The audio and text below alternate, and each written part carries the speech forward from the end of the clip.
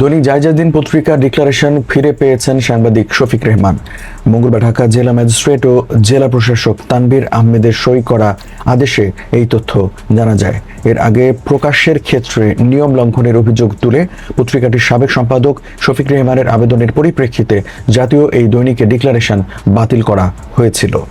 Office আদেশ অনুযায়ী দৈনিক জায়জাদিন পত্রিকাটি প্রকাশের জন্য যে অনুমোদিত প্রেস রয়েছে সেখান থেকে ছাপা হচ্ছে না, কিন্তু প্রিন্টার্স লাইনে মিথ্যা তথ্য দেয়া হচ্ছে মর্মে শফিক রেহমান অভিযোগ জানান।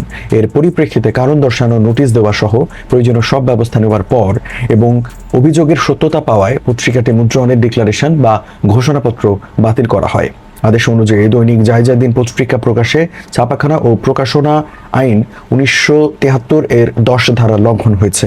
এ কারণে দৈনিক জায়জাদিন পত্রিকার প্রকাশ এবং মুদ্রাকর প্রকাশক ও মুদ্রাকর সাইদ হোসেন চৌধুরীর নামে যে ঘোষণাপত্র ছিল তা বাতিল করা হয়।